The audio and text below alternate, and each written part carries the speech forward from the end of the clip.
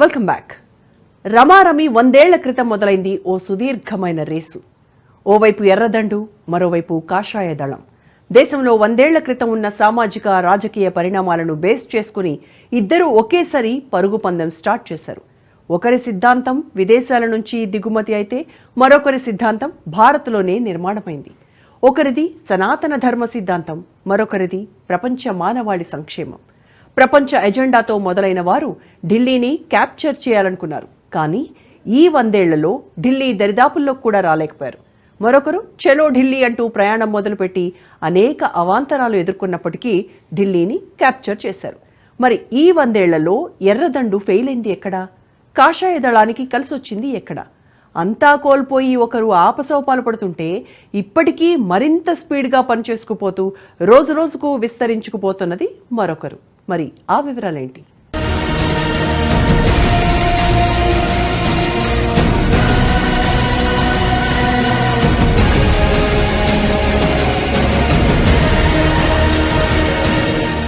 ఒకవైపు ఎర్రజెండా, ఇంకోవైపు కాషాయ పంత.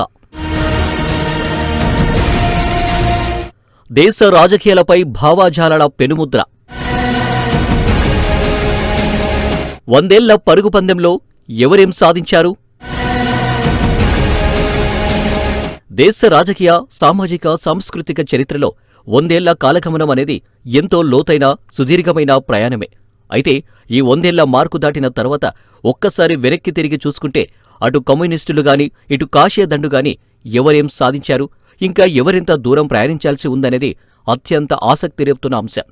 సుదీర్ఘమైన కమ్యూనిస్టు పోరాటం అన్ని ప్రాంతాల్లో అన్ని రాజకీయ పార్టీల మీద తీవ్రమైన ప్రభావమే చూపింది. కమ్యూనిస్టు ఐడియాలజీని విస్మరించి ఏ పార్టీ కూడా మాట్లాడలేని పరిస్థితి మొన్నటిదాకా ఉండేది కాదు. మేనిఫెస్టోలు తయారు చేసుకున్న, ప్రసంగ పాఠాలకు పదును పెట్టిన కమ్యూనిస్టు పోరాట ప్రభావాలను పరిగణలోకి తీసుకోవాల్సి వచ్చేది.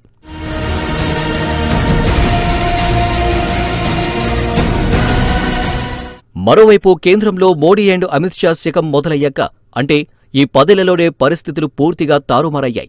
ఇప్పుడు ఏ పార్టీ తీసుకున్నా కమ్యూనిస్టులను కాకుండా కాషాయదండు ప్రభావాన్ని దృష్టిలో పెట్టుకుని మాట్లాడవలసి వస్తుంది. దేశంలో రెండు సిద్ధాంతాలు నడుస్తున్నాయంటారు రాజకీయ విశ్లేషకులు. ఒకటి లెఫ్ట్ ఐడియాలజీ, మరోటి రైట్ వింగ్ ఐడియాలజీ. లెఫ్ట్ వింగ్లో ప్రధాన కమ్యూనిస్టు పార్టీలైన సిపిఐ, సిపిఎంతో పాటు వాటి నుంచి చీలిపోయిన అనేక పాయాలు కూడా ఉన్నాయి.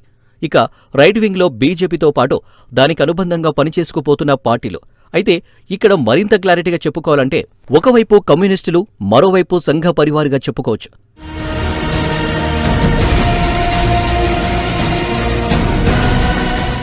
ఈ రెండు గ్రూపుల్లో శాశ్వత సభ్యత్వం తీసుకునేవి కొన్నైతే పరిస్థితులను బట్టి అక్కడ కొంతకాలం, ఇక్కడ కొంతకాలం ఉండే పార్టీలు మరికొన్ని.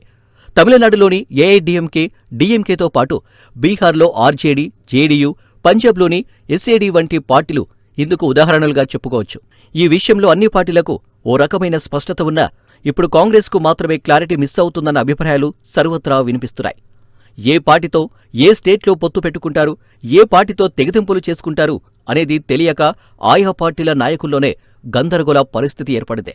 ఈ విషయంలో ప్రజలకు ఏం చెప్పుకోవాలో తెలియక తికమక పడుతున్నారంటే అతిశయోక్తి కాదు. ఇలాంటి స్థితి ఆయా నాయకుల్లో ఫ్రస్ట్రేషన్కు కూడా కారణమవుతుంది.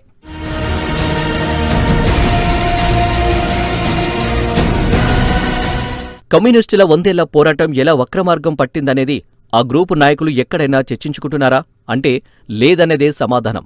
ప్రపంచ ప్రజలందరినీ కలపాలని ఆరాటపడిన కమ్యూనిస్టులు తమలో తామే కలహించుకుంటూ ఆధిపత్యంలో ఎవరు తగ్గేదే లేదంటూ ఎన్డీఏ మీద మాత్రం సమైక్యంగా కలపడుతూ ఉంటారు. సనాతన హైందవ ధర్మం కోసం మాట్లాడే అందరినీ టార్గెట్ చేస్తూ ఆత్మవంచన చేసుకుంటున్నారన్న విమర్శలు ఎప్పటినుంచో వినిపిస్తున్నాయి. కానీ వారెప్పుడు అలాంటి వాటికి సమాధానం ఇవ్వడానికైనా ఇష్టపడడం లేదు. 1920ల తొలినాళ్లలో మొదలైన కమ్యూనిస్టు పార్టీ ఆఫ్ ఇండియా ఆ తర్వాత సిపిఎంగా, సిపిఐఎంఎల్గా, న్యూ డెమోక్రసీగా, పీపుల్స్ వార్గా అనేక రూపాలు తీసుకుంటూ చెల్లాచెదురైపోయి ఆఖరకు వారిలో వారే ప్రాణాలు తీసుకునేదాకా వెళ్ళిందనేది ఆయా పార్టీల చరిత్రలు చెబుతున్న వాస్తవం.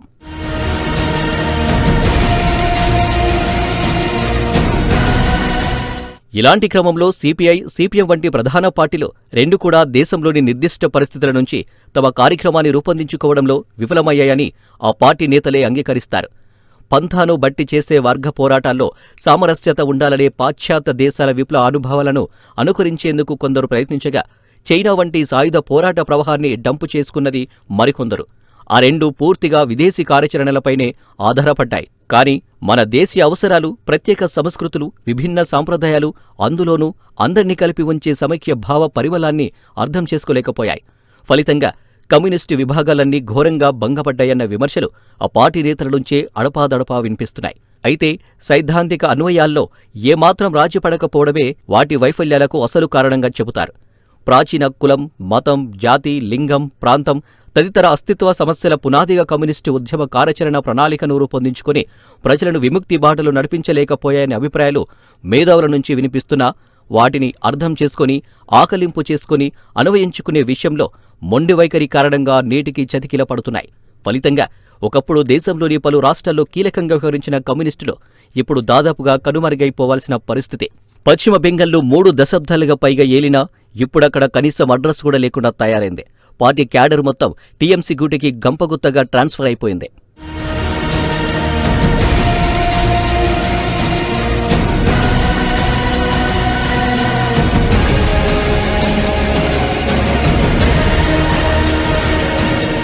కమ్యూనిస్టు ఇంటర్నేషనల్ కార్యనిర్వాహక కమిటీ సభ్యుడు అయిన ఎంఎన్ రాయ్ సారథ్యంలో 1920లో సోవియట్ యూనియన్లోని తాష్కెంట్లో భారత కమ్యూనిస్టు పార్టీ ఏర్పాటైంది. ఆ తర్వాత ఉత్తరప్రదేశ్లో 1925 డిసెంబర్లో ఎంఎన్ రాయ్ నేతృత్వంలో దేశవ్యాప్త విస్తృత పునాదిపై కమ్యూనిస్టు పార్టీ పునర్నిర్మాణం జరిగింది. అదే 1925లోనే దేశంలో ఆర్ఎస్ఎస్ పురుడు పోసుకుంది. అంటే మన దేశంలో కమ్యూనిస్టుల పోరాటం, అటు ఆర్ఎస్ఎస్ సైద్ధాంతిక భావజాల పరిచయమంతా ఒకేసారి మొదలయ్యాయన్నమాట. అయితే ఈ 100 ఏళ్ల పరుగు పందెంలో కమ్యూనిస్టులు, అటు కాషాయదండు ఉనికిని గనక ఇప్పుడు గమనిస్తే స్పష్టమైన తేడా కళ్లకు కడుతుందంటారు పరిశీలకులు.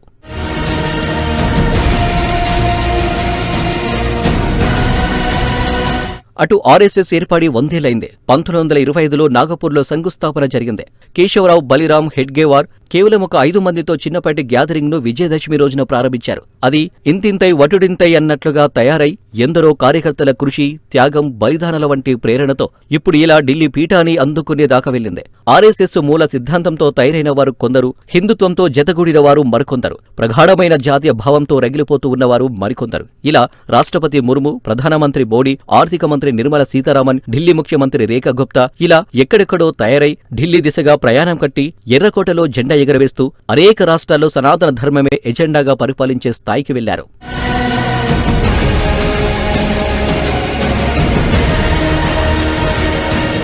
ఆర్ఎస్ఎస్ కార్య విస్తరణ యాత్రలో 4 దశలు ఉన్నాయంటారు. శంకుస్థాపన నుంచి స్వాతంత్ర్యం వచ్చే వరకు మొదటి దశ, ఆ దశలో ఐక్య భావంతో కేవలం హిందూ సంఘటనపైనే దృష్టి సారించారు. హిందూ సమాజం సంఘటితమవుతుంది, అడుగులో అడుగు వేసి ఒకే దిశలో ఏకతాటిగా నడవగలదు, ఒకే మనసుతో ఒకే స్వరంతో భారత్ గురించి, హిందుత్వ గురించి మాట్లాడగలం అనే ఒక విశ్వాసాన్ని పాదగొల్పడమే అప్పటి ఆర్ఎస్ఎస్ ఎజెండా. స్వాతంత్ర్యం అనేది సెకండరీ మాత్రమే. అయితే స్వాతంత్ర్య పోరాటాన్ని వారు ఎక్కడా వ్యతిరేకించలేదు. వచ్చిన స్వాతంత్ర్యాన్ని ఎలా సద్వినియోగం చేసుకోవాలి, సురాజ్యంగా ఎలా ఉండాలనేదే ఆనాటి సంఘనేతల ముందున్న లక్ష్యం. 1000 సంవత్సరాల నిరంతర సంఘర్షణ తర్వాత స్వప్రేరణగా కొనసాగిన స్వరాజ్య ఉద్యమం ఆధారంగా విద్య, విద్యార్థి, రాజకీయ, కార్మిక, ఆదివాసీ, వ్యవసాయ రంగాల్లో భారతదేశపు శాశ్వతమైన జాతీయ దృక్పథానికి ప్రేరణ చెంది వివిధ సంస్థలు ఆవిర్భవించాయి. అదే సమయంలో సంఘటన కార్యం 2వ దశగా కొనసాగింది.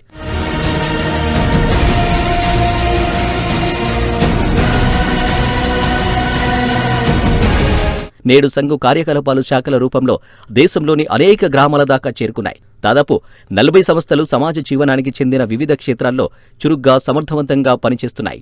వాటి ఫలితమే ఇవాళ రేఖా గుప్తా లాంటి యువ నాయకులు అటు అసెంబ్లీలో అడుగుపెట్టగానే ఇటు ముఖ్యమంత్రులు అయిపోతున్నారు. ఇలాంటి పరిస్థితిని అటు కమ్యూనిస్టులు ఆశించినా వారి మూలాలు మాత్రం నానాటికి చెరిగిపోతుండడమే ఆ పార్టీ నేతలను కలవరపరుస్తుంది.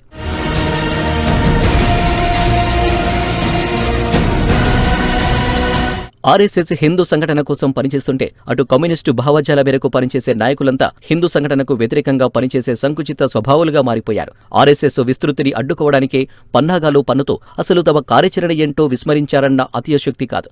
ఇక్కడే కమ్యూనిస్టులు అవసరమేంటి అనే ప్రశ్న జనసామాన్యంలో తలెత్తింది. మరోవైపు ప్రభుత్వాలను మార్చాలని భావించే తీవ్రవాద గ్రూపులు అందుకు ప్రత్యామ్నాయాల వైపు ఆలోచించకుండా ఇప్పటికీ 1920ల నాటి తుపాకీ పోరాటాన్ని నమ్ముకోవడం ఆ సంస్థల ఉనికి ముప్పుగా వాటిల్లింది. అన్ని పార్టీలు ఢిల్లీ వైపు పరుగులు తీస్తూ ప్రజాక్షేత్రాన్ని ప్రభావితం చేసేందుకు ప్రయత్నిస్తుంటే సాయుధ గ్రూపులు మాత్రం ఆ విషయాన్ని పట్టించుకోకుండా తుపాకులని నమ్ముకొని ప్రాణాలు పోతున్న వైనం కళ్లకు కడుతుంది. ఇప్పుడు ఢిల్లీలో అధికారం చెలాయిస్తున్న కాషాయదండు నేతలు 2026 మార్చిలోగానే ఎర్రజెండాలోని తీవ్రవాద గ్రూపులను సమూలంగా తొలగిస్తామని బహాటంగా చెప్పేదాకా వెళ్లిపోయారు. ఇదే సమయంలో కమ్యూనిస్టు సిద్ధాంతాలు గల గ్రూపులు చాటుమాటుగా మత ఛాందస్స ఉగ్రవాద సంస్థలకు మద్దతిస్తూ అటు ప్రపంచ ప్రజల చేత కూడా తిరస్కరణకు గురవుతున్న వైనం కళ్లకు కడుతుంది అంటున్నారు విశ్లేషకులు.